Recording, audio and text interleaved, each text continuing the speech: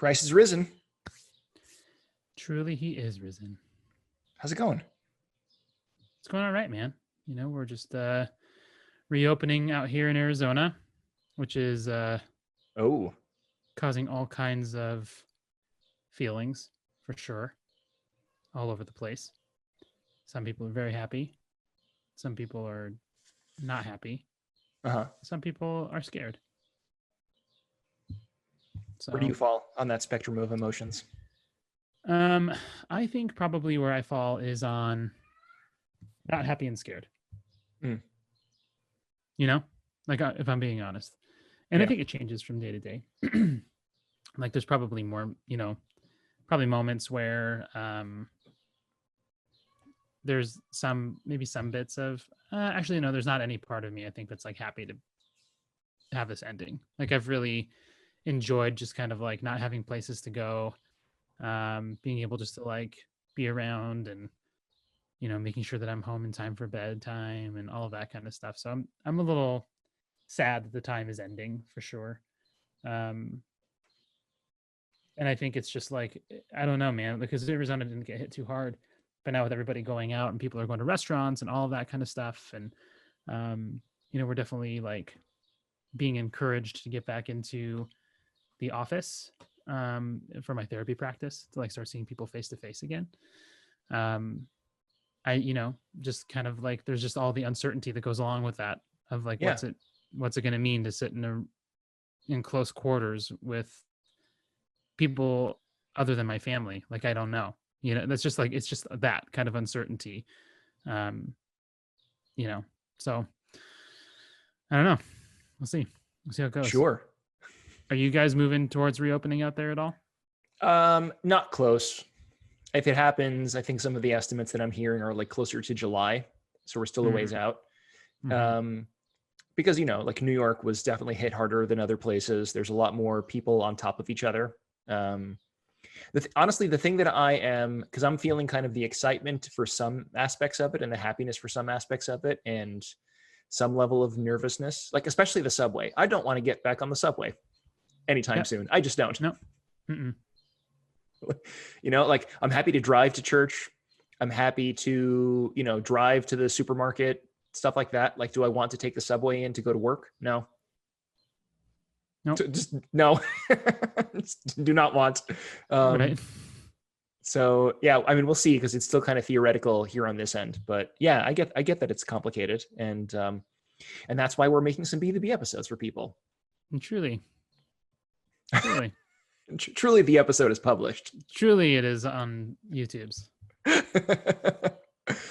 Yeah, we made an episode on just kind of cultivating good habits on Monday. Monday in real time, not in podcast recording time for the audio version of this. But yeah, we did that on Monday, and then we're going to make a second episode, which is just like into like what healthiness means, because like there's such an emphasis on putting your mask on and washing your hands, and like there's a lot of like health work that's happening out there, but I think there are maybe aspects of health that are being overlooked. You know, and there's a lot of those feelings that people don't know how to deal with. So yeah, that's going on. Yeah, absolutely. And it's good and it's helpful. And like, I don't know, I hope the episodes are helpful for people. If nothing else, like we've talked about this before, sometimes when you make a thing, you kind of do it for yourself. Totally. What's the lesson I need here? Yeah. And like, I definitely feel like even the habits episode that we did has been really helpful for me in terms of like, okay, what do I actually want? And like, how do I sharpen my prayer rule? And for me personally, over the course of the last week or so, it's borne some good fruit. It's really helpful to just kind of like take some of that advice and work through it. So it's been good.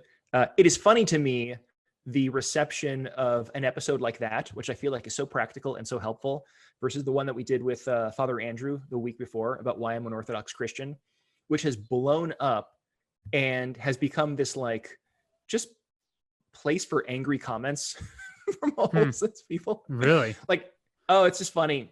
It's funny. There's all these like different categories of comments, and it's like a place for chest pounding and like, look at me, the reason that I'm an Orthodox, and you know, and not the majority, right? But there's a little bit of that, and there's a little bit of like Orthodox are stupid, and here's why, and just like fight picking, and it's so funny to me how we use media sometimes to like virtue signal and to kind of like present this thing as opposed to like, what can I learn and what can I share? Because in terms of like practicality, in terms of like actual spiritual benefit to people, I feel like the habits episode is more helpful, but there's less to be angry about in that episode. So it's just funny the way the internet works sometimes. I don't know.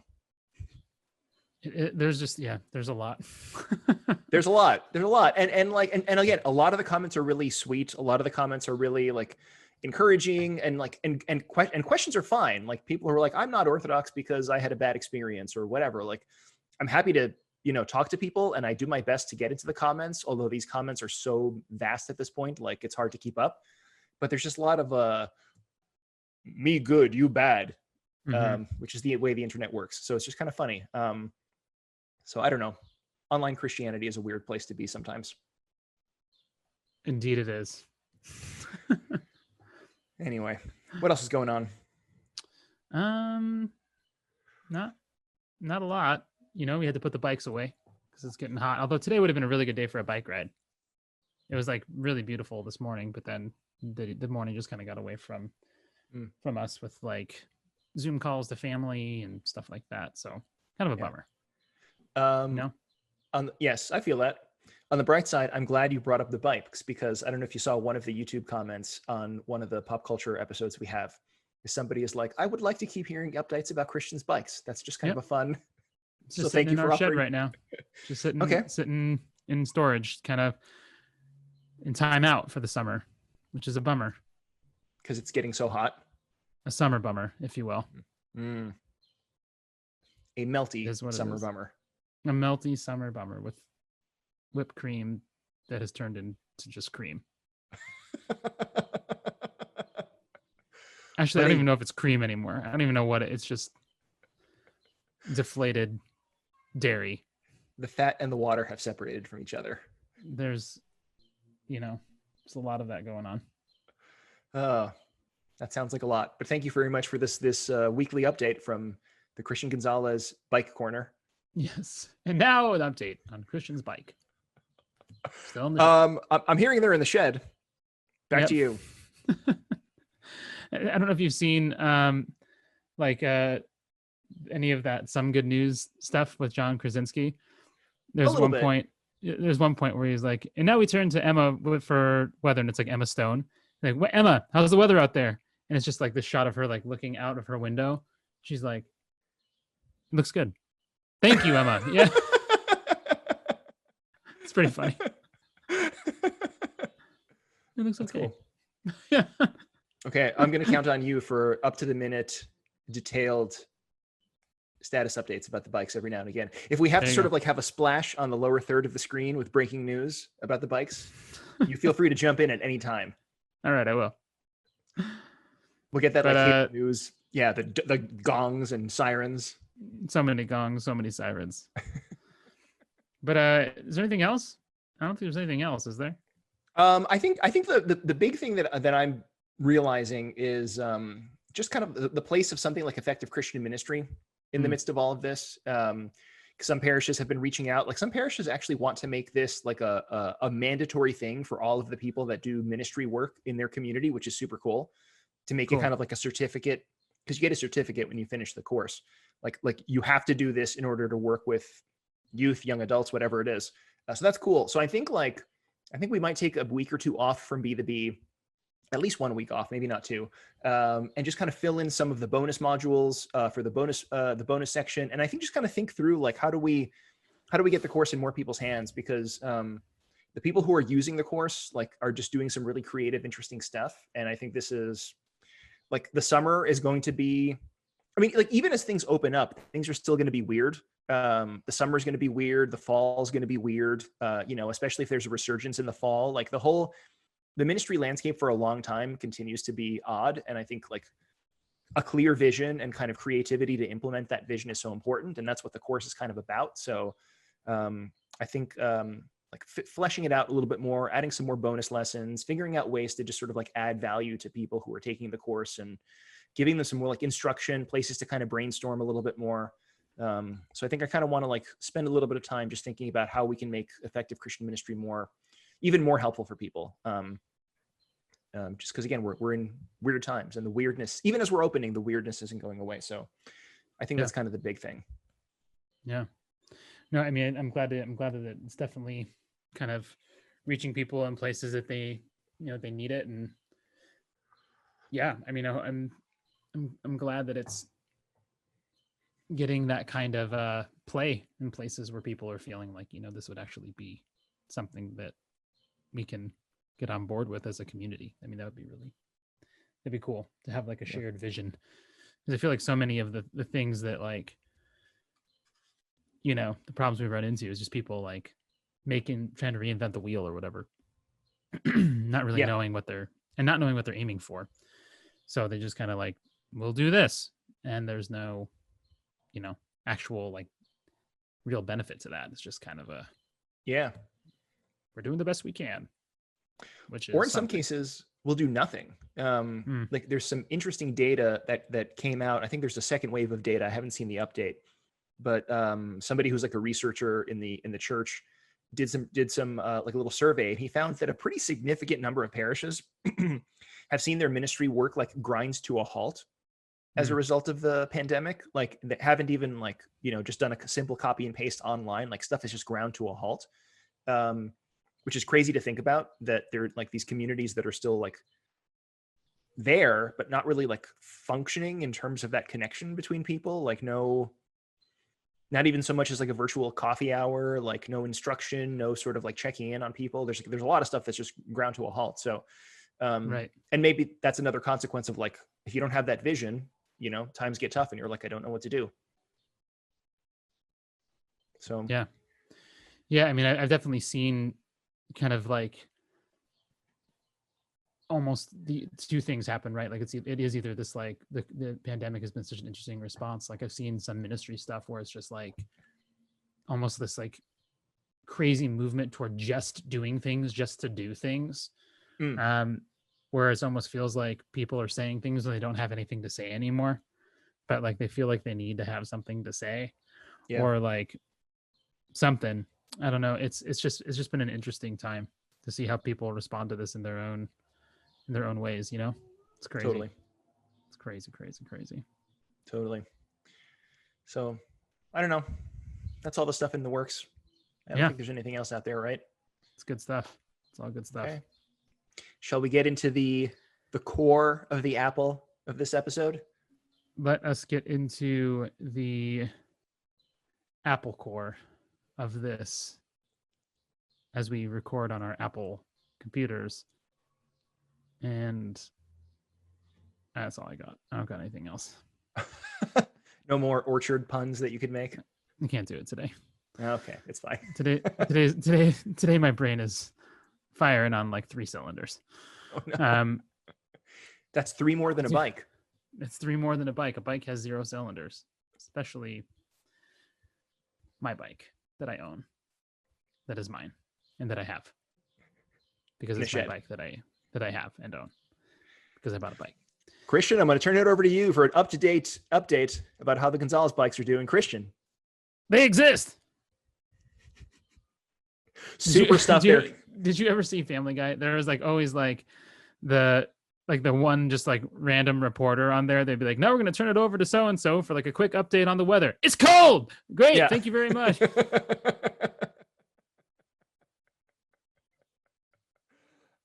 It's going to rain. Incredible. I think it's like, it's going to rain. Yes, it's going to rain. It's so good. Yeah. Well, I appreciate knowing that the bikes exist. That's great. They do. They exist.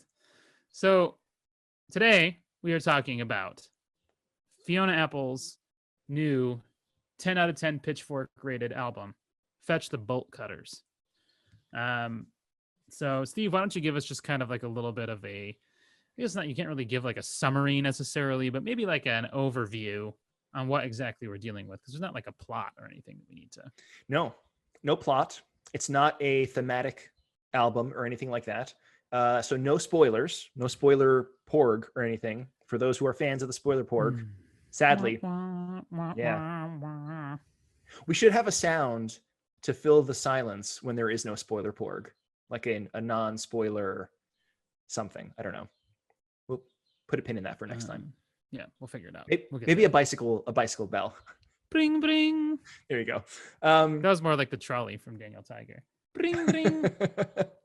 Hi, trolley. Why's it got to be from Daniel Tiger? How about Mr. Rogers' Neighborhood, the OG? Who dat? Who dat? This podcast is over. Woohoo!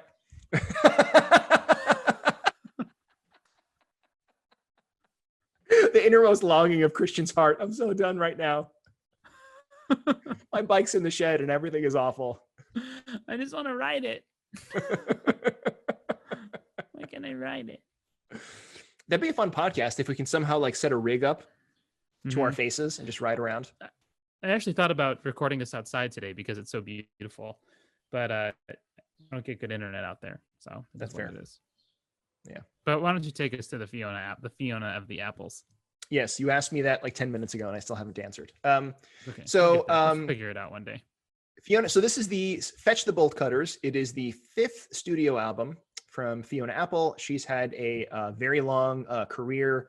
Came out in like the late 90s, I want to say, when she was a teenager. I think her first album when she was like 17 years old. So she was like widely acclaimed as a prodigy from the very beginning, like somebody young who burst onto the music scene. And she's had kind of a complicated career, a complicated relationship with like the press and the music industry. She's had kind of her own self-described like hermit-like tendencies for a long time. There's some interviews that she did around this album, and she talks about how she just hasn't left her house in a long period of time, like before the pandemic even, just had this kind of like isolating sort of tendency. And the interesting thing about this album is that it's made almost entirely in her house, where she has kind of voluntarily lived for years, I think, at this point. And it's kind of cool. The album was supposed to release later in the year, but they ended up bumping it up. And I think it just kind of makes sense to release it now, and also for us to talk about it, because it's like this thing that is made in her home. It is this thing that kind of like feels very claustrophobic and feels very confined. And, you know, you can see from the title itself, like Fetch the Bolt Cutters, like cutting locks. There's something like there's a lot of stuff going on. It seems like a very quintessentially quarantine album, even though it wasn't initially like designed as such. Just that's where she was. That's where she found herself for a while. But here we are in quarantine. I'm sure that a lot of us are wanting to reach out and grab our own bolt cutters. So it seems like a cool thing to talk about now. So I don't know. What did you think? Did you like it? Yeah, you know, I did. I don't really know too much about Fiona Apple. To be honest, before even listening to this, my only real remembrance of Fiona Apple, kind of in pop awareness, was when she was in a Celebrity Deathmatch episode and fought John Popper. Like that's the only thing that I remember. Like that was just where she was in my mind. Do you remember that show, Celebrity Deathmatch? I do, the little claymation thing. Yeah, which is like not at all an edifying show, but like as a high schooler, I remember like thinking it was just like the best thing ever. But I remember always kind of watching it clandestinely because I was afraid of being caught and like scolded for it or something because it was on MTV. Don't watch the MTVs. But seriously, don't watch MTV. Or do, I don't know, figure it out with somebody that you trust and love. I have no advice to say to anybody. I'm not going to tell anybody what to do. Do whatever you want. That's also not necessarily the best advice. Okay, don't do anything that you want. It's one or the other. It's all or nothing. But that was definitely my awareness of her was from Celebrity Deathmatch. But I really liked this album. It's really beautiful. It's really tragic. It's really triumphant. But I also thought that it was just really strange. Like there was a lot of like just surprising like moments to it that I never really felt like I could quite put my finger on what was happening. And to that end, she kind of reminds me of some of the artists that I remember really liking when I was cooler and in college. Like I really loved like Regina Spektor. Like there's a lot of like that kind of stuff going on, I thought. At moments she really reminded me of Feist. Because this, I'm just trying to, and I'm sure like they all drew from her is what my guess is. But also kind of like Andrew Bird and like some of the just kind of wanting to not like obey the rules of kind of like conventional songwriting. And I almost wondered too, like if Billie Eilish liked Fiona Apple, and I kind of imagine that she must, because there was just like some like random stuff that I was like, oh, this, like Billie Eilish uses like dentist drills in like her songs as like background noise. It kind of like Yeah. adds this effect. And there's things like dog barking and cats meowing and like crumpling of paper, and like there's just like a lot of weird stuff happening in this album that I was really surprised by and also really impressed by. So that's my feeling on this particular album. Yeah. I What do you agree. think? I enjoyed it. I really enjoyed it. I thought this was like I've known her a little bit of her stuff. I haven't really like listened through an entire album of hers before. Just sort of some of the stuff that made it to radio, whatever it is. She had kind of like always had an interesting sense of sound, an interesting sense of melody, a little bit of an underlying weirdness. And I feel like this weirdness is really like to the fore on this album in particular. It's just like unabashedly like very emotional, and it's raw and it's charged, and like it's insistent and sad and bitter, but also oddly hopeful and beautiful. It's just like this weird combination of stuff. And the more that I've learned about the album the last week or so, because like, we said before, she made this album in her house.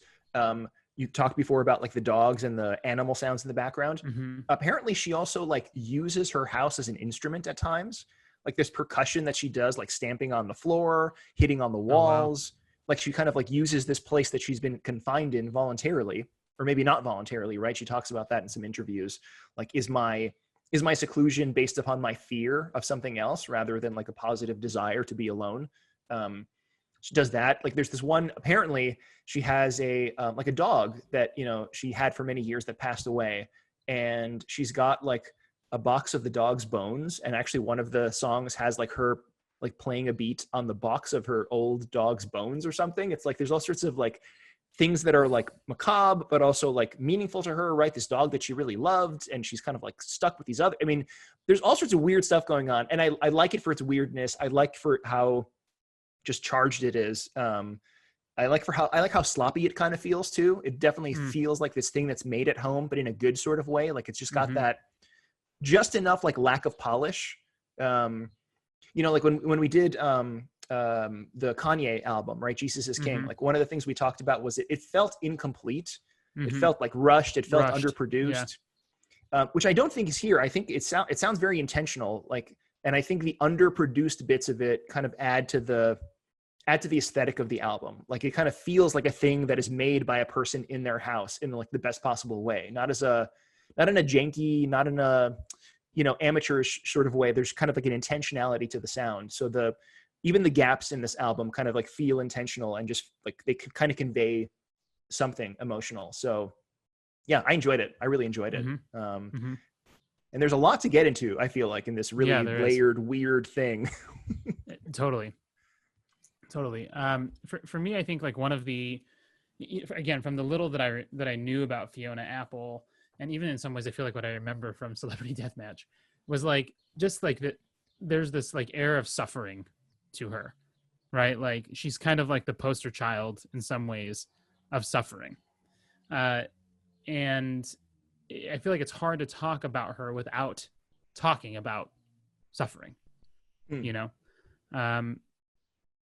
she's obviously been through some stuff. Sure. Like you just listen to this album and she's not afraid of the dark, Yeah. She isn't. Was that kind of like what you saw as well? Yeah. Right. And I mean, like, again, I don't know too much about her biography, but you would imagine that for somebody who got into the music game when she was like 17, right? That's when her first studio album gets released. Again, kind of like a Billie Eilish sort of parallel, right? Because you raised her earlier. That's weird. Like it's not normal to be kind of touted as this musical prodigy at such a young age, to be placed into. Like, I don't imagine anything about professional entertainment is a particularly healthy or easy place in which to navigate. Like I don't imagine it's probably easy to navigate the music scene when you're in your 30s, let alone your teens. So like there's probably like stuff that happens there. I mean, there's definitely like even, I don't want to say more garden variety, right? But there's like the accessible sort of suffering of lost love and relationships that didn't go well, right? There's a lot of like kind of personal human suffering. the suffering growing up. I mean, there's like stuff that she gets into in terms of like bullying, but there is a lot of darkness, a lot of pain that comes through. And from what I know about her back catalog, like that's definitely a part of her, like this kind of like, you know, not angsty in that kind of like lame sort of sense, but there definitely is a lot of tension beneath the surface that's born of some sort of deep suffering. It's like, I don't know, it's a comparison that comes to mind. It's like Fiona Apple has that kind of like that sort of Russian literature kind of like there's just some sort of existential something that's happening beneath the surface. Yeah, there's like something that's like born out of the suffering, and not just kind of this like Harry Potter book 5 kind of like everything's terrible and none of my friends like me. Yeah, my DoorDash was 20 minutes late. Right, exactly. You know, so that's there, right? And like, and again, it's I think it's one of the cool things about art. I mean, we've talked over the course of the last couple of weeks too about like what makes art interesting, right? And I think like the honesty about situations like this, right? The way that art can be cathartic in situations like this. I mean, even going back to the ancient Greece, like ancient Greeks, like Aristotle would talk about tragedy and how there's something to the ancient Greece. You know, a very on brand for me. Yes. You know, like Aristotle will even talk about tragedy and why, and there's something cathartic about all the citizens gathering together to see this like really dark, awful thing. Like, cause like, you know, if you're familiar with Greek tragedy, it's like sons killing fathers and, you know, people who have been cursed from the womb and spend their entire life like in exile, you know, like all these really like dark stuff. And there's something cathartic about the polis coming together to like watch this, to weep together, right? To process emotions together, to feel emotions together. So I think there's something kind of cathartic, and maybe that's why like this album both has these like suffering sort of elements and like hopeful elements as well. It doesn't just dwell in the suffering. It kind of like, it feels to me like it processes the suffering, right? And part of the thesis of the album, like even from the title itself, is like an escape from suffering rather than this desire to like let the suffering define you. Right? Which is, I'm sure you see this in people, that sometimes we have that inclination, temptation, I don't know what it is, but like it's more of a breaking free than a dwelling in. Yeah, absolutely. Like and obviously, like I feel like I stand at a pretty, at least in this conversation, like a pretty unique place in terms of like seeing how people relate to suffering, right? Because I do it for many hours a week, where I like speak to people about the pain that they feel, and ways of, you know, trying to find new life kind of in the midst of it.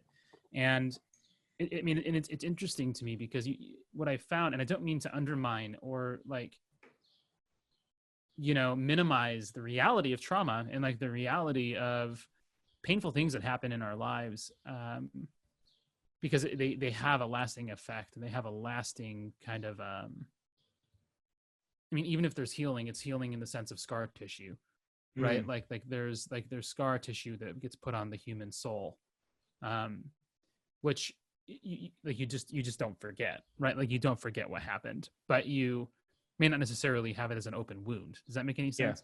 It still changes you in some sort of way. It's not the sort of thing you can fully jettison. Yeah. Oh, that didn't affect me whatsoever when my dad beat me senseless every day, or like whatever it was, you know.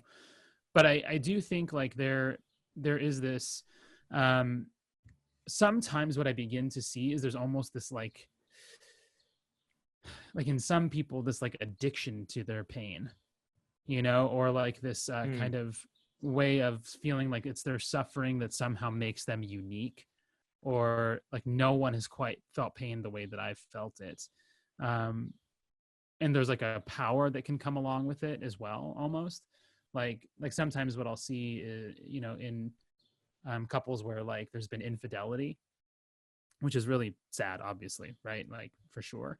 And I can't even imagine dealing with that, like on a personal level. It seems like it would be just awful. But like there's this moment where like you begin to see that the partner who has offended has like tried to re-enter the relationship, and like they've owned it. They're trying to understand why they did what they did. They're trying to take precautions to make sure that it doesn't ever happen again. And there almost becomes this like this kind of like like barrier that the pain offers the one who's been offended against, right? That like if I let go of my pain, and if I let them forget what they did to me, then they might do it again.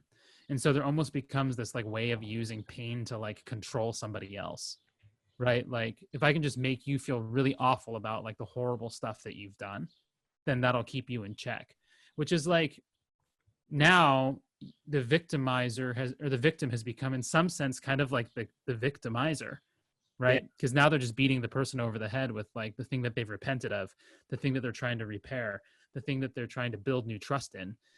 And like that becomes a really interesting dynamic to me, when there's this like unwillingness to let go of pain, an unwillingness to kind of let down the guard and risk again. And again, I'm not saying this to mean like just get over it, like move on and whatever. But I think that there's this belief that happens where people think like, if I let go of my pain, then it's going to go right back to how things used to be. And I don't think that that's what that even that's good, right? Like there's no undoing the past. There's just kind of learning to live into a new future, right? Like there's no getting trust back. There's just building new trust. Like there are a new way of trusting or a new way of living. And I think that gets really overwhelming for people, you know, because it's so uncertain, and they would rather stick to the pain they know than to like the uncertainty of a life of joy, or the uncertainty and the you know, like the lack of promise that comes with risk. Does that make any sense at all, what I just said? That does. You know, I think like that contrast that you put at the very end in terms of like the pain, you know, versus the uncertainty, right? I think there's a lot of times that we as people you take, you know, the devil you know rather than the devil you don't, right? Or however that phrase is second language. I don't know, English idiom. You take the ancient Greece, you know. You take the Pericles you know rather than the Socrates you don't. But You I mean, the so it's like, souvlaki, you know. versus the gyro you don't. And so on and so forth. Yes, yeah. We can go all day, folks. How are those bikes doing, Christian? They exist. So it's like this pain becomes, I mean, the word that's coming to mind, it's like a boundary, but not a healthy boundary. It feels like it's more of like a cage, right? It's like a cage that's placed around somebody to moderate conduct, not a boundary to say like, this is not okay, please don't do it again, but rather like this kind of fence that you're putting around somebody else to control them. But also like, you know, I feel like psychologically, if you're putting this fence around somebody else, you're putting this fence around yourself as well. Absolutely. You know, if you continue to identify with this trauma that happens to you, and that becomes kind of like, and again, not to minimize, not to say that you can ever fully, you can't jettison, right? But it seems like there's a difference between identifying with your pain and making it kind of like the core part of your narrative, right? Which then kind of is this thing that you hang over other people's heads and so forth, versus this thing that has informed your narrative, right? And sets the context for who you are, because again, those scars are there, but they become kind of like the context in which healing happens, the context in which like new trust is developed, versus like, you know, this cage that is placed over yourself and over these other people. And it's like, this is it. And there's kind of this stagnation and control and just fear, it sounds like. Yeah, and I feel like actually like Fiona Apple does like she has a line in one of her songs. It's like I think I wrote it somewhere in our outline. Evil is a relay sport. Yes. What did you say? Evil is a relay sport when the one who's burned turns to pass the torch. Yeah. And I feel like that was such a good line. Like it's really, I mean, a lot of her lyrics are just so precise and so like powerful. Like her words are just good, you know. She's like a great writer. She's incredible. But like essentially what that's just saying is hurt people, right? Like there's this idea that when people are hurt, then they, unless that hurt gets resolved, then they carry it and pass that torch to somebody else, right? The victim kind of becomes the victimizer at the end of the day, and I think that like that's what I begin to see, and it makes sense, because there's like this reality that when people undergo trauma or are victimized, that they have power taken away from them, right? That's one of like the core markers of when to say an experience was traumatic, is that somebody had a felt sense of powerlessness, right? Like that there was absolutely nothing that they could do to stop this from happening to them. They were bound, they were held, they were frozen, they shut down, like all of that kind of stuff. It just, there's this, and it doesn't even matter if they actually were powerless. What matters is that they felt powerless, that they felt that they didn't have anything that they could do. So that's what makes like this a trauma versus just kind of like a pain. Does that make sense? Yeah, like so, your like, agency is gone in that moment. Your agency is gone, exactly. And so oftentimes when someone who's been victimized and traumatized has this sense of powerlessness, the first thing that they begin to try to do is to recreate a sense of safety for themselves by grasping for power. And so like that becomes kind of this cycle of like what you begin to see, especially like in abused children. And sadly, and this is maybe like a really difficult topic, but I think it's real. So I don't know that we shouldn't talk about it, but like I used to work with kids who had been like sexually abused, for example. And a lot of times those who have been sexually abused end up enacting out, like they reenact their abuse on like a younger sibling or some kid at school or something, because there is this kind of re-grasping and trying to like move they're on out the of other the side role now. of victim, and yes, exactly, become the role of dominator, which is all this kind of way of trying to repair that, right? To replay it, to replay the narrative, but it obviously doesn't. It just doesn't work. Yeah. Right. Yeah. Like if you get raped, the answer is not to go rape somebody. Yeah.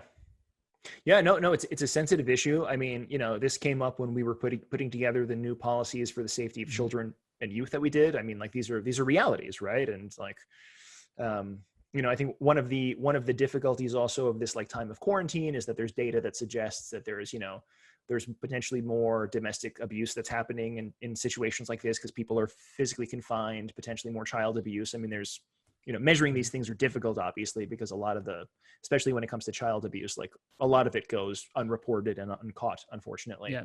And even more now. So now that kids aren't going to see like their mandatory reporters, right? Like their teachers and their therapists and their doctors and like these people who actually are the ones who make the reports on the front lines, which, is again, part of this whole dynamic of health that we are talking about and at all, right?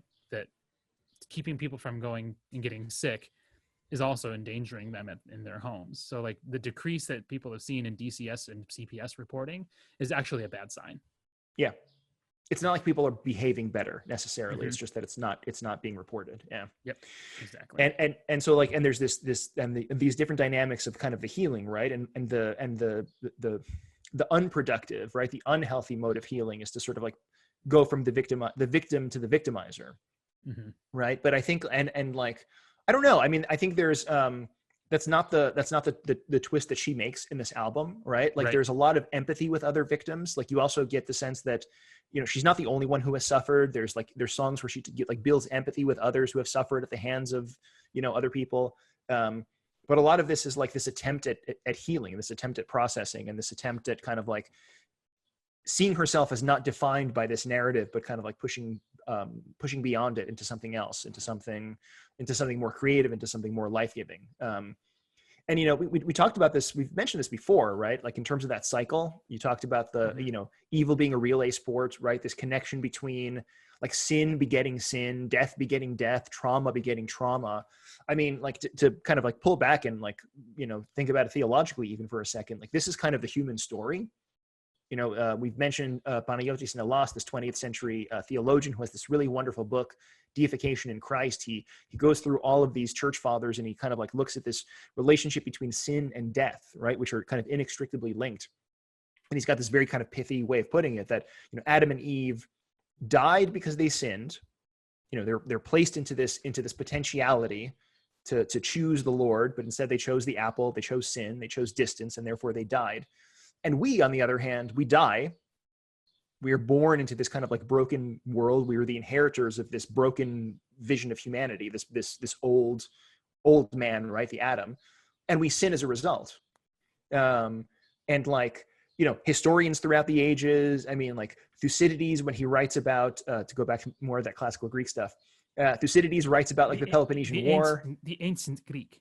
the second historian after Herodotus, Thucydides, he writes about the plague that hits Athens during the Peloponnesian War, and he talks about how like the specter of death hanging over people destroys social mores, destroys the kind of like normal civic morality that existed. People begin like lying and stealing and hurting each other, right? Because if you're going to die anyway, you kind of like lash out to try to like scratch onto some survival, or morality doesn't matter anymore, potentially, right? Like we die, therefore we sin, just in the same way like we were abused, therefore we abused. And there's this like this cycle of death and sin, death and sin, death and sin, that the church will tell us is only broken by Christ, who's the only one who can actually like enter into the cycle, die, and bring out life as a result. Reverse the curse, so to speak.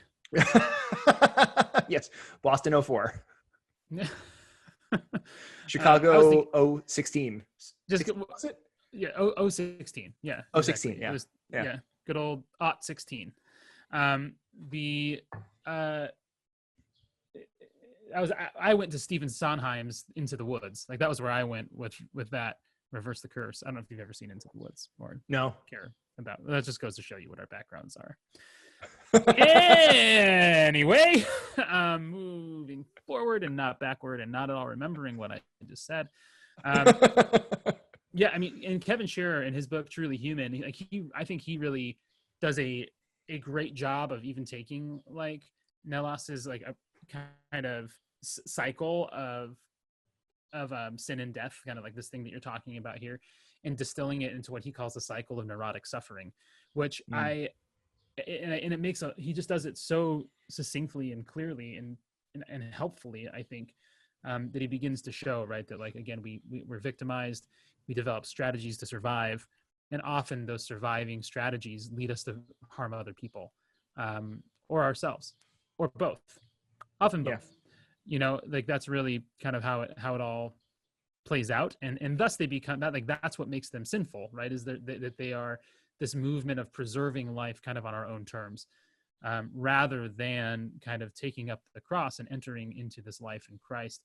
And I think that what is beautiful about what Fiona Apple presents here is that it is this solidarity that can be found in suffering, right? Like there's the that song where she's like talking to ladies, there's ladies, there's the newspaper one, where it's like, I wonder the lies he's told you to like keep us from being friends, like those kind of lines, right? There's this like sense of like we've been through it together, we both know, we both sort of understand like what this whole thing has been. And she even speaks to like, when I heard what he did to you, I sort of fell in love with you, in my own way, right? Like this kind of this sense of like, oh, we've both been there, we've both been through this thing, we share this suffering. And I think sometimes, like, again, suffering can be this thing that leads into isolation, that goes, well, nobody suffered quite like I have, right? Like that we become addicted and drawn into the pit of our own pain,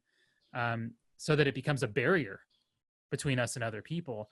Or it can actually become this thing in which we all begin to share, like to see our common humanity.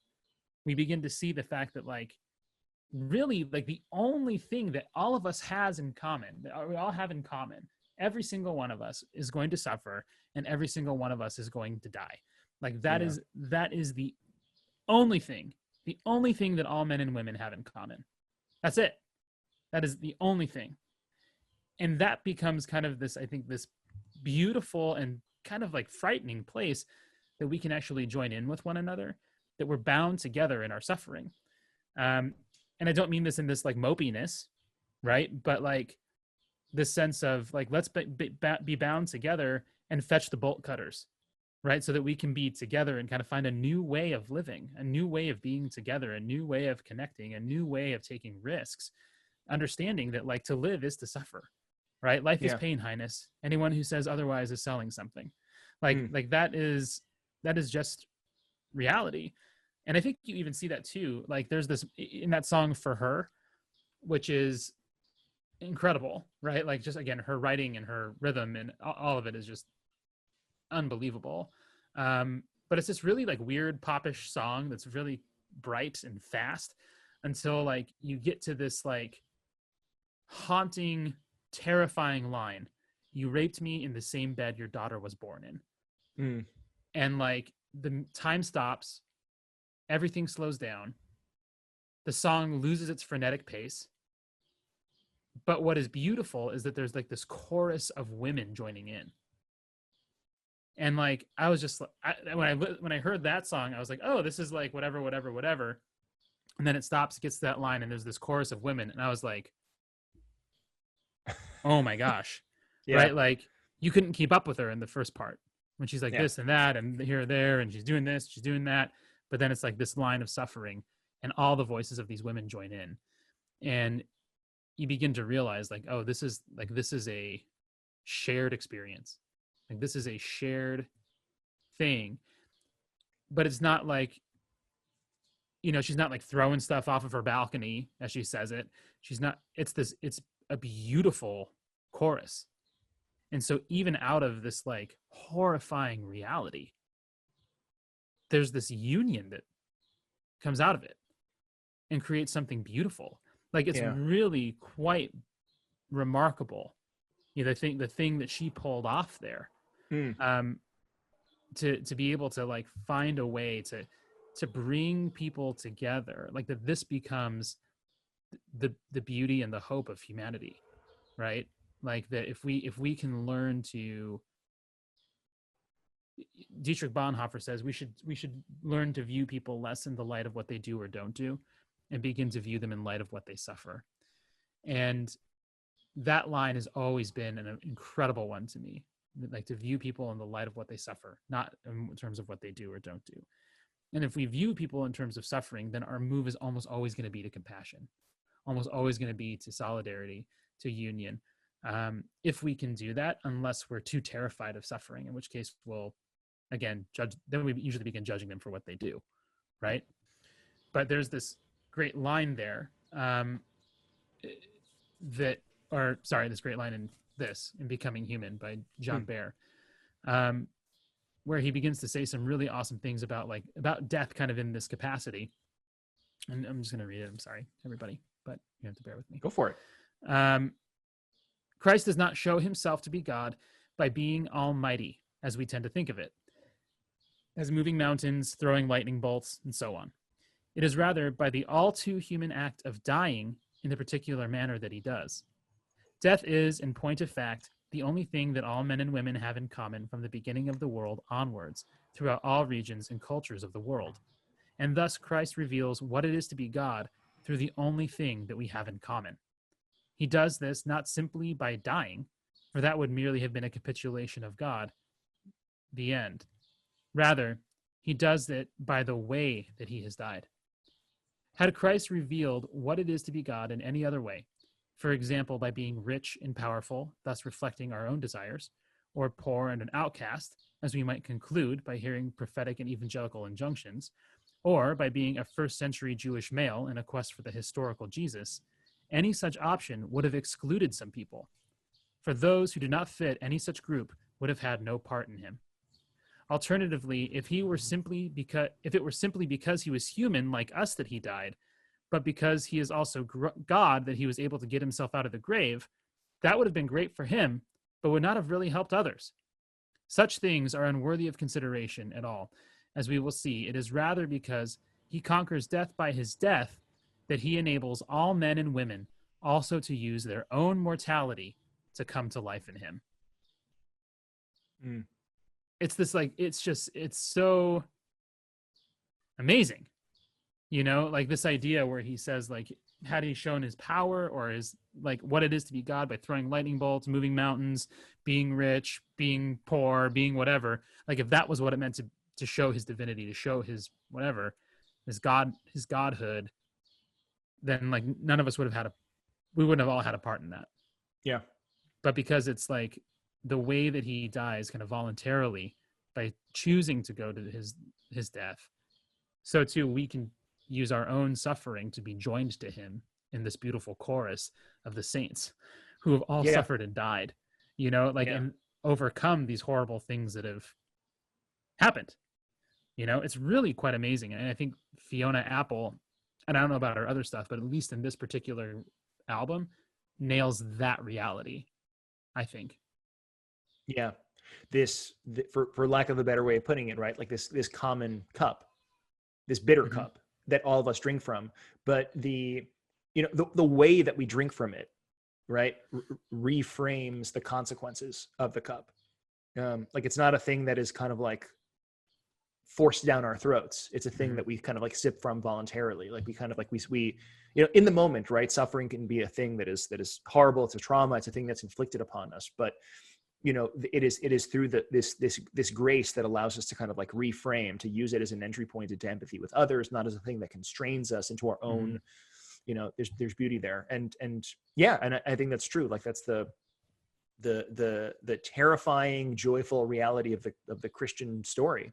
Yeah. At the end of the day, that Jesus joins us here. And you're right. I mean, I like the fact that you highlighted like that lyric of hers in particular, because there's something so jarring in that juxtaposition. Raped me in the bed where your daughter was born. Like this real contrast between like life and death. Between grace and birth, and like just violence and objectification. Yeah.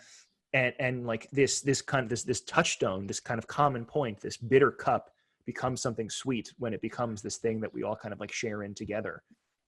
Yeah, and I think that's what's amazing, because you said like to sip out of this cup, and like the way that the scriptures describe how Christ approaches the cup is drinking to the dregs the cup of death, right? Like he's not just like he's like like he's drinking every last drop of that thing. And then that's the question he asks John and James, right? Like, can you drink the cup that I'm about to drink? And they're like, yeah, totally. Can you chug a lug as I chug a lug? Yeah, chug, chug, chug. I actually like that. I think that's a really good addition here, because like, to use that cup, like when suffering is sort of like involuntarily, like it's kind of like splashed at us, we drown in it, right? Like it's this thing that is happening to us. And there's kind of there's a violence, right, to Jesus like chugging this cup, to drinking it to the dregs, but it's a totally reframed, and it's like, I'm drinking this because you drink this as well. He's like he's the victorious king, who feasts sumptuously, and is like more, but not in that Kylo Ren, not in that Kylo Ren kind of more. Obliterate Luke Skywalker until he's gone. Yeah. I want every gun we have to be pointed to fire on that man. I'm afraid what you heard me say was I want a lot of guns to fire on that man. What I said was, I want every gun we have to fire on that man. And then Commander JJ is like, yes, sir. He's the fist. Yeah. I mean, that is. I think there's a lot there, and I think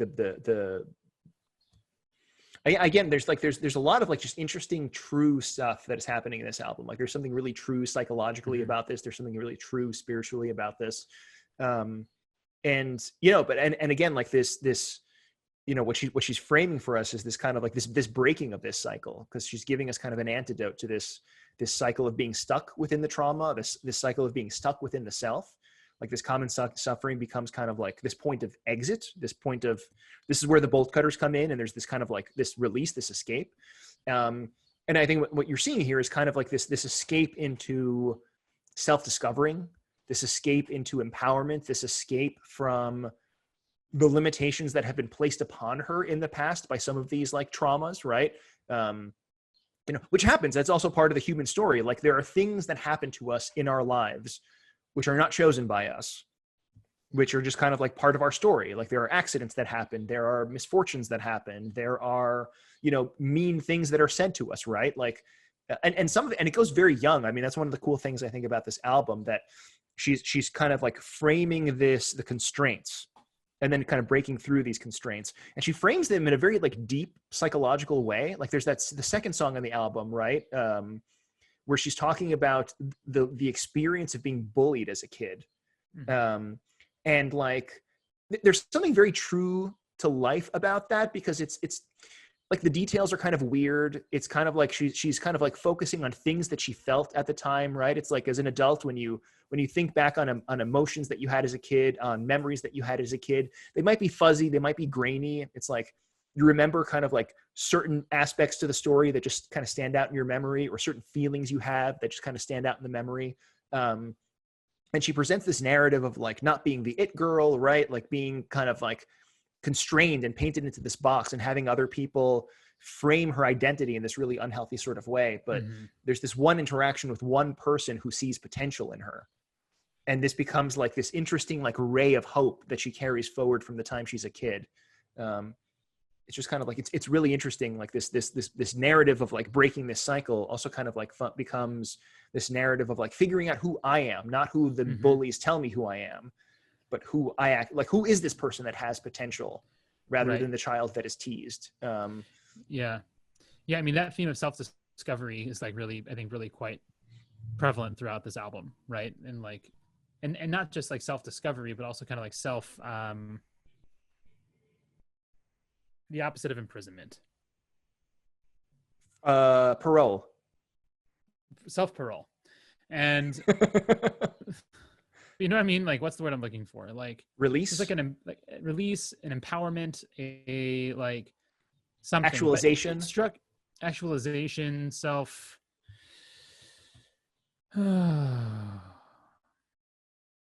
Doesn't matter anymore. 3 syllables. 4 syllables. I'm done. Podcast. Christian, how are those bikes doing? They exist. There we go. The thing that I think that I'm trying to say here is that like metaphor, right? To fetch the bolt cutters, like there's a freeing that happens. There's this kind of like something that's like the self is being not just discovered, but also like given permission to exist, right? And what struck me, I think, here was it felt different to me than like the age of authenticity stuff that we're talking about here, right? Like, because there's not just like I can be this and I can be that and I can be whatever.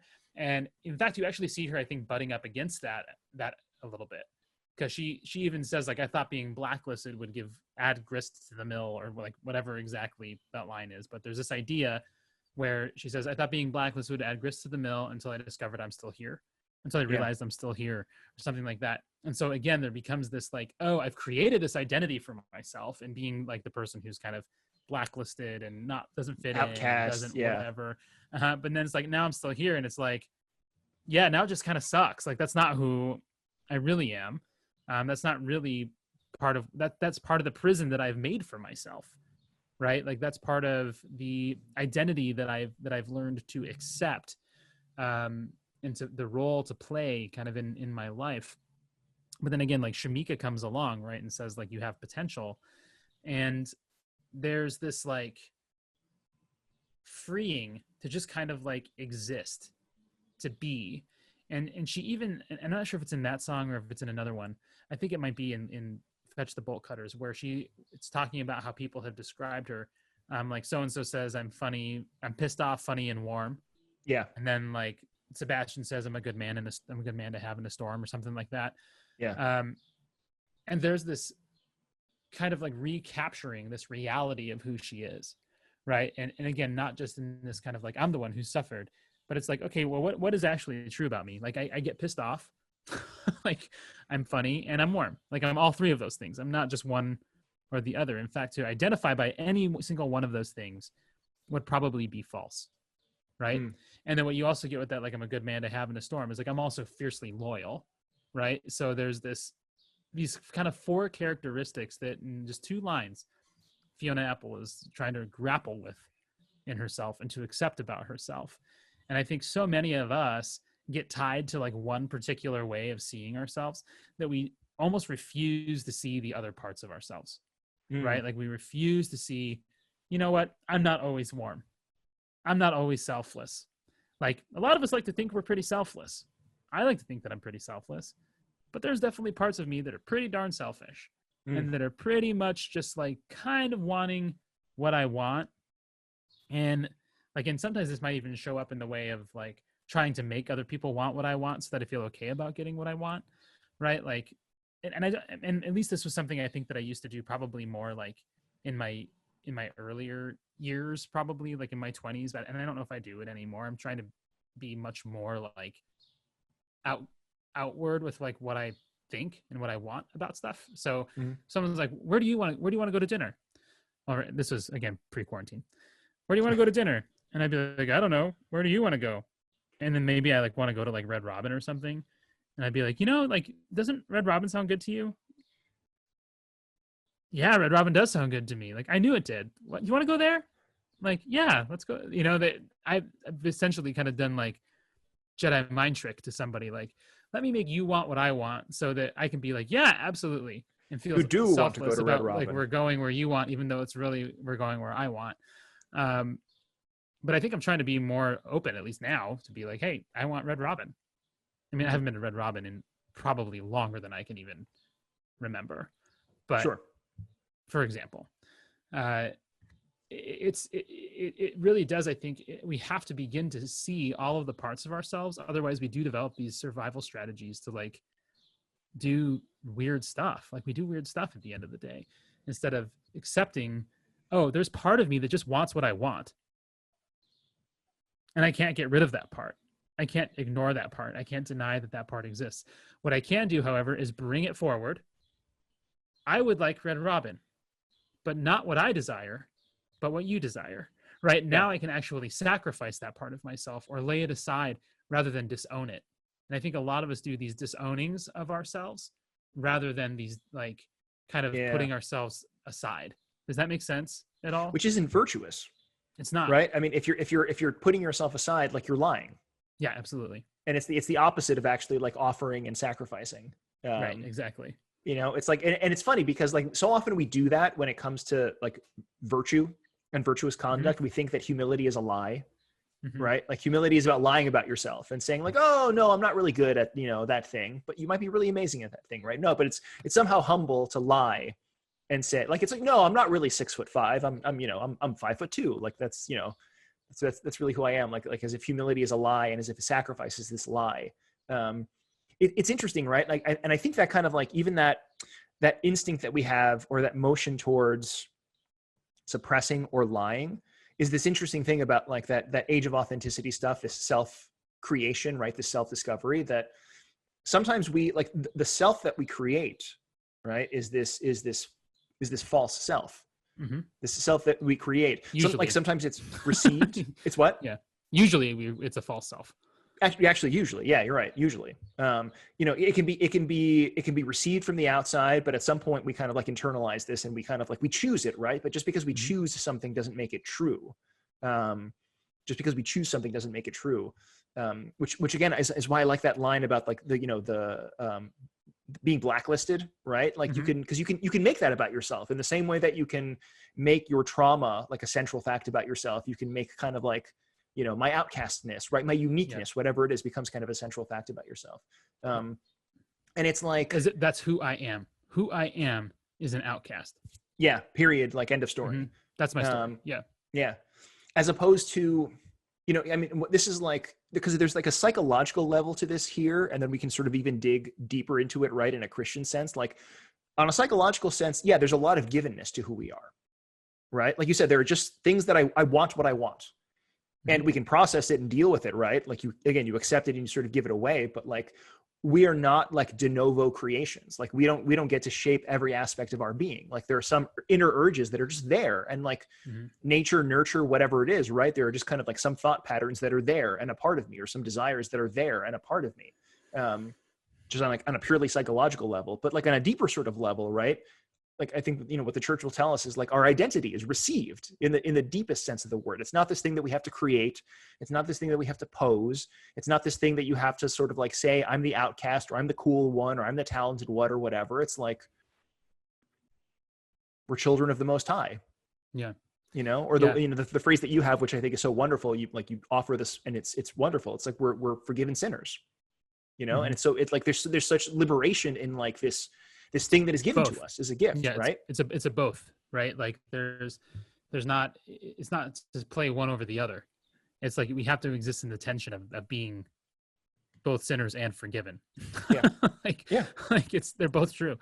The way that I kind of see it is that and there's some people who would probably, I know, take issue with the idea of like kind of, again, in therapy, what the way that it's described is this like an internal family system, that we have all of these different parts of us that kind of exist inside. And some Orthodox therapists that I've spoken to have a hard time with it. They don't like this model of therapy because they feel like if it fractures the human being and splits the human being instead of unifying the human being. And I have multiple feelings and thoughts about that, but I find that it's generally more helpful than not helpful, because I do feel like there are parts of us, like we have different parts, in the sense of like right now, like what we're accessing, you and I, is our kind of like thoughtful, reflective part, right? Like that's what we're in right now. And sometimes we get into our silly parts in here. But if you and I were just hanging out playing a game, we'd probably just be like in our silly parts and probably even our competitive parts. Like right now, we're not competitive with each other. So like that part's kind of reading a book or doing something. I don't know what that part is up to right now, but it's not taking here. a nap, possibly. It's not here right now. Exactly. But for like what you were saying, and I kind of want to like hone in on this, like the way that we begin to create these false selves is that we have all of these different parts, all of these different almost like things that are, again, a part of this family system that we have inside of us. And what we begin to see is that certain parts of those things get better response than others, right? So like when I am very loving and kind, that is when I get the most positive response back to me.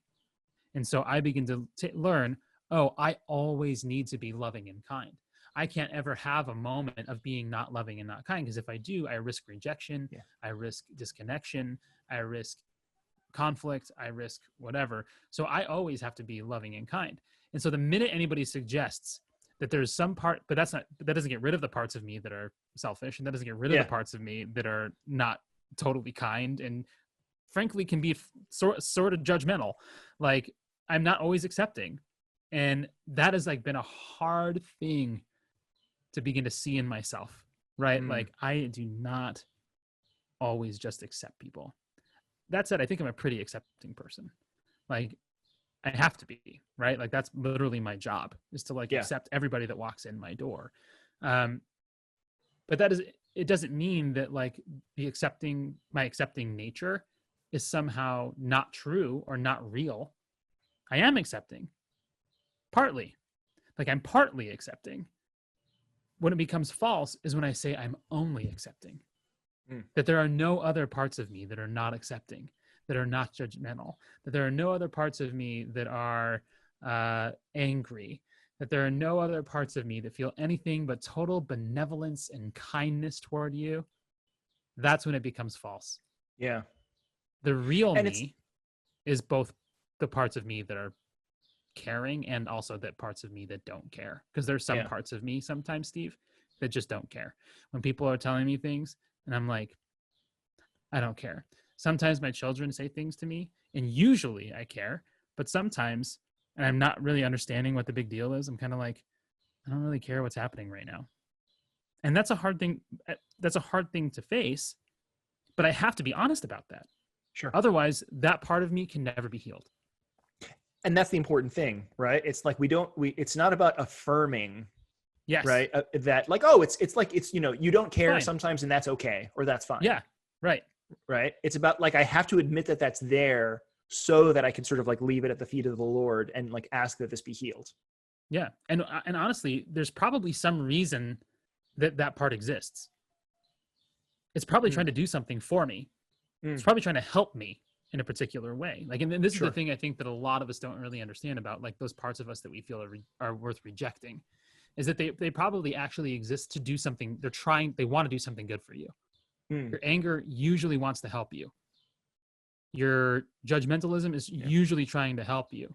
The problem is, yes, they're trying to help you. You're running from something that's a threat to your survival. Like that's why we have fear.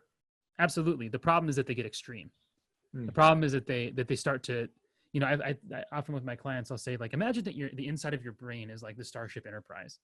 And this is how you need to like imagine what is going on inside of you. And you have all these different parts. Like you've got people that are running the shields, you got people that are running the engines, you got this pilot, you've got the whatever, but there's only one captain. And like, you need to be the captain who's in charge of the ship, who's able to take in information from all the different parts of the ship and make the decision about what's best. But the guy who's the shield operator should never, ever get into the captain's chair. Because what they're going to do is they're going to be like, shields up, only shields, all the shields. Then they're going to be like, but sir, we need to use, nope, shields, just shields. And then what happens, right, is your ship is dead in the water or space water. Yeah. Your ship is dead in space water. And like, that's really problematic. You don't want to be dead in the water. No, space water. Or space water, yeah. Yeah. Space water. It's less dense. It's less dense than regular water. It is. It is. There's a whole lot more of it. So But it's true. And this is like a very, man, like this is like the classical Greek episode for me. I feel like this is, again, that's like a very like old philosophical. Can I just ask, whenever you like cite something that's like ancient Greek or whatever, that you just say it with a Greek accent? Like, I think just do modern middle-aged grumpy Greek man. Yeah, well, I must tell you that Plato himself said the soul had 3 parts, and the reason, needed to sit in the throne. This is the king of the soul, not the shield operator as the foe captain.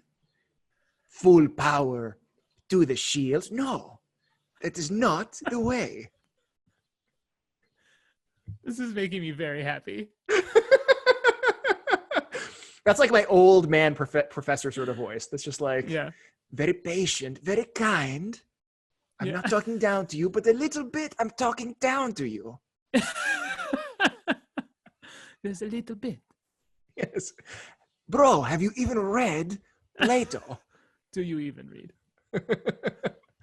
But again, this like it's a very, very like old sort of schema, and like I think it totally makes sense. I don't think it's a threat to the sort of like Christian anthropology. It's just to say that like there is sort of a fracturing within us, and wholeness and coherence, right? I mean, like again, Plato will say that justice, the definition of justice, is all things in their proper place. Yeah. You know, and like we as human beings, to be sort of like have this inner sense of justice, it's like the shields operator sits at the shields, right? Like my anger, right? The sort of like the emotive, whatever part of me, like does its job and is angry about right things. Like it's angry about the presence of righteousness. It's angry about the presence of injustice. It's angry about like anger is necessary, right? Like Jesus himself, he overthrew the tables of the moneylenders. Like he got angry. Yeah, he would have been angry that his DoorDash order was 20 minutes late. Right? That's what that's for, isn't it? I guess so. Season 2 of The Chosen, they'll highlight this. Darn you, DoorDash Dan. Oh, did we lose you again? Oh, dang. This happens. At least he's frozen on like a really smiley face. Smiley Steve.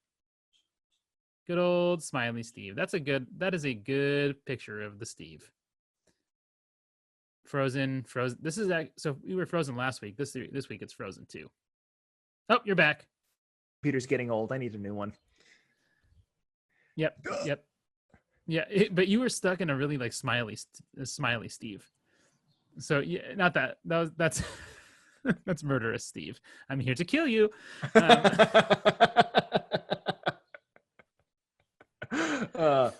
Sorry Dear about homeowners, may we kill you? Dear murderers, no, you may not. Wow.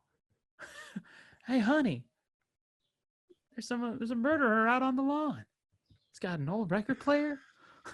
Is this a bit we did in the last episode too? Yeah, it's so good. It's still good. It's still good. I love it. Just bits that keep coming up. Yes. I missed the last couple of seconds of what you were saying. It's okay. We were just commenting on how frozen you were. It's fine. Oh, yeah. I was going to make a joke about like Uber Eats versus DoorDash, but the moment has passed. Oh yeah, that's it. We were talking about the anger of whatever. But I think that's it. Like, because even in you know, like in internal family systems theory, the idea of all of this is, again, not to affirm or fracture the human being, but to kind of accept the reality that like the human being is fractured, that we are split into these kinds of like sub personalities, almost not like, you know, Sybil or anything like that, but like we do have these kind of like sub personalities that exist in us. You know, we become different people around different people. Like that's just part of how we have learned to navigate the world, right? Is by accessing different parts of ourselves in different situations. But for him, the idea is like, you know, that we've learned that there's parts of us that need to be exiled or kicked away out of the table, that they don't belong at the table with the rest of the parts that are somehow acceptable or that are somehow worthy or whatever. But the idea is to bring all of the parts back to the table so that we know who we're dealing with. So we know who's there. And the captain can be able to say, you know, like anger, like what's going on for you right now? What are you angry about? Right? Well, like someone violated me. Oh, okay. You're like, we were violated. This is good information. This is really good information that, you know, that we're feeling. I still can't let you be the captain, but thank you for that information. Shield operator, what's going on your ratings? Like, well, I'm getting the fact that like, you know, that this person isn't trustworthy and that we should probably go up full defenses up. Like we should never, ever talk to them or let them in, or we should stonewall them. All right. That's really good information. I appreciate that that's what you want to do, but that's probably not the best resource that we have right now. In fact, we might even need to find our diplomatic part. Like, diplomat, where are you? What do you think he's having? I think we need to have peace conversations. I think just ignore it. Just let the whole thing blow over. And so maybe it goes like, actually, diplomat, I need to take some advice from you, and anger, I need to take some advice from you, and I need to have a very firm, clear conversation with this person who has violated me. I'm not going to just simply roll over and let this happen. But thank you for that advice. That's really good advice. I know you think that would help. In this case, I don't think that it would help. That's the whole point of internal family systems, right? Is to be able to like take in all of that information instead of going extreme and letting one of the other parts run the ship. And in fact, what that actually begins to do is it helps all of the parts feel validated. Like, you're valid for existing. You're welcome to the table. Like, I want to hear what you have to say, right? I want to hear what's going on here. And what's crazy is that like these parts of us that we've learned to reject, because generally speaking, other people in our lives have rejected those parts. And we've learned that they make us unworthy of love. Those are the very parts that Jesus Christ has come to save. I mean, he's come to save all of us because we're dead. That's our problem. But like, those are the parts that help us see that we're unhealthy. We run into a delusion of thinking that we're healthy otherwise, that we have no need of a physician.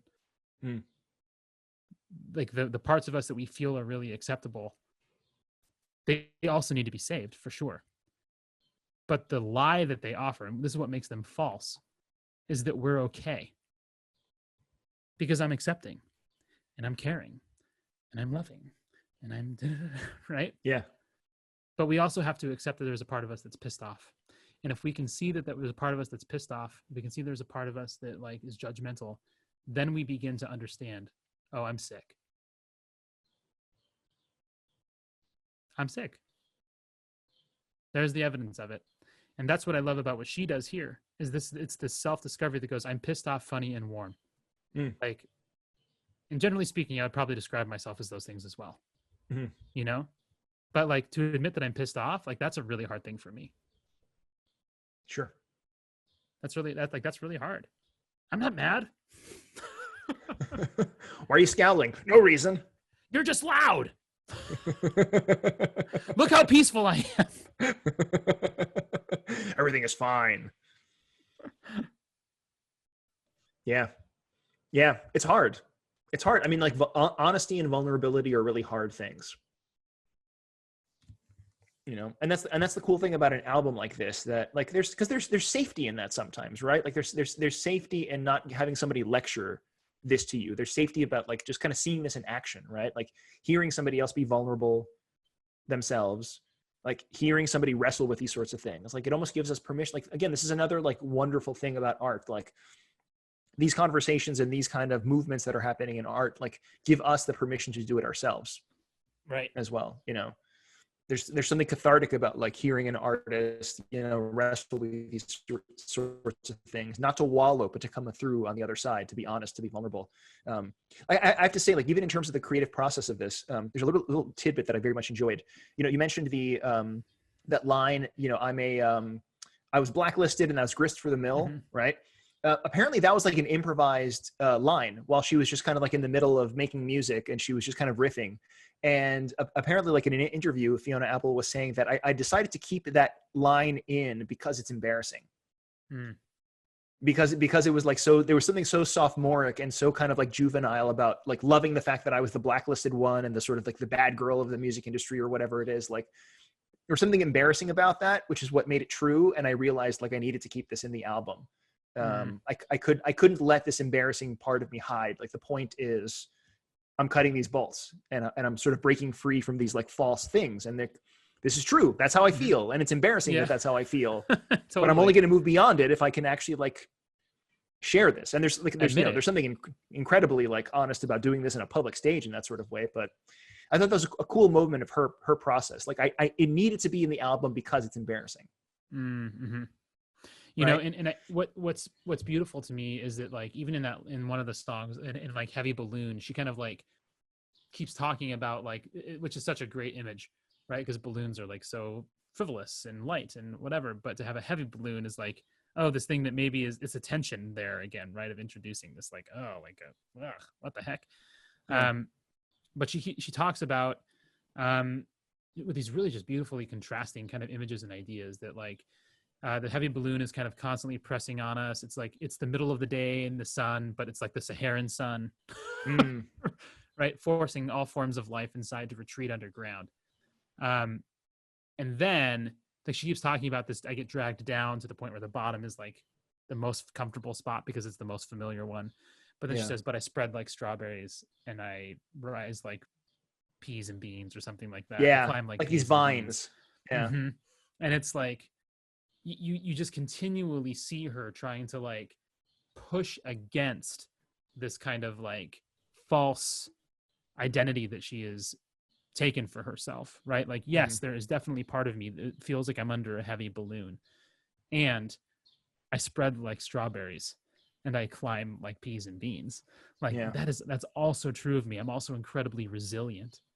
And like, to me, there's just this, it's so exciting to like hear somebody walk that tension. And I think, you know, like a lot of times you get one or the other. You get like, just like, ain't nobody gonna bring me down and like haters gonna hate and and but she's like, yeah, it sucks. And like try not to let my light go out. Yeah.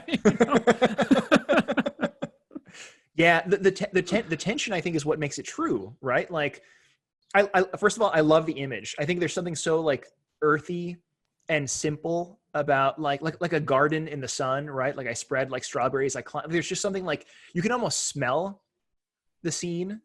Like there's just like something very outdoorsy about it. And I think the reframing again of like it's not just like that the ground is this place where things hide. The ground is this thing from which things grow. Right. And this again is kind of like that kind of reframing of our suffering, right? It's like Christ's reframing of the tomb. Like the tomb is no longer like the end, the tomb is the beginning. You know, unless a seed, you know, enter into the earth and die, it's not going to be able to come forth and bear good fruit. And like there needs to be some level of this descent. Like, you know, it's natural, it's part of the process. Like there's going to be this heavy balloon that sort of brings us down.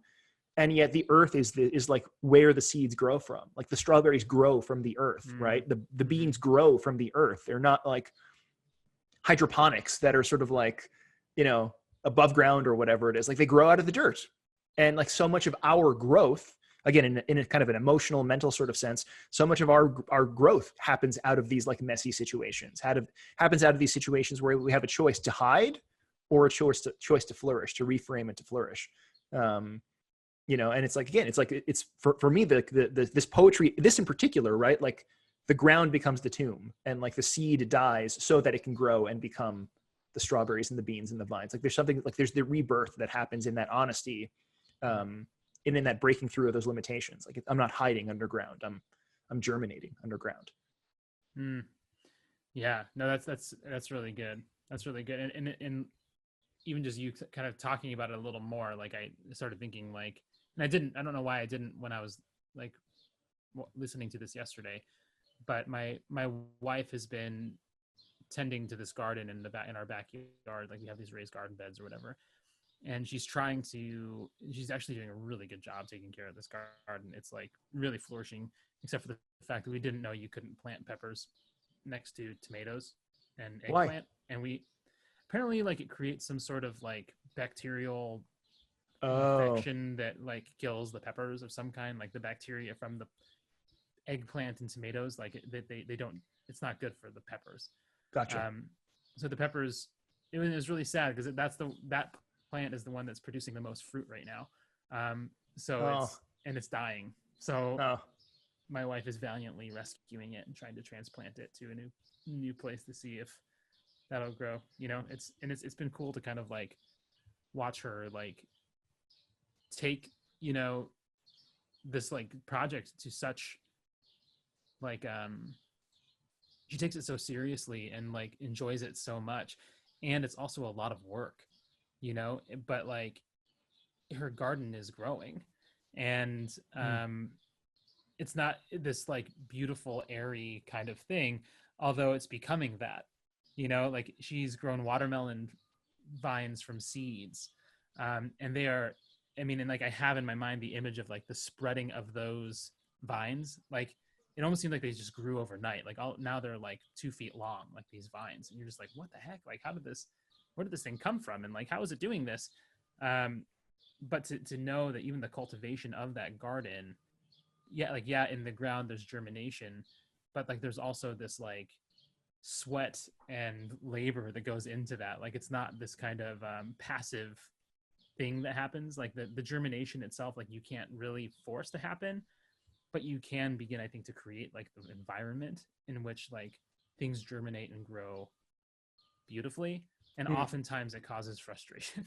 Oftentimes it's failed experiments and dying peppers, and like I don't know, I feel like it's just cool to kind of what you brought up there of like that garden imagery, like the ground being not just that place of death but of new life as well.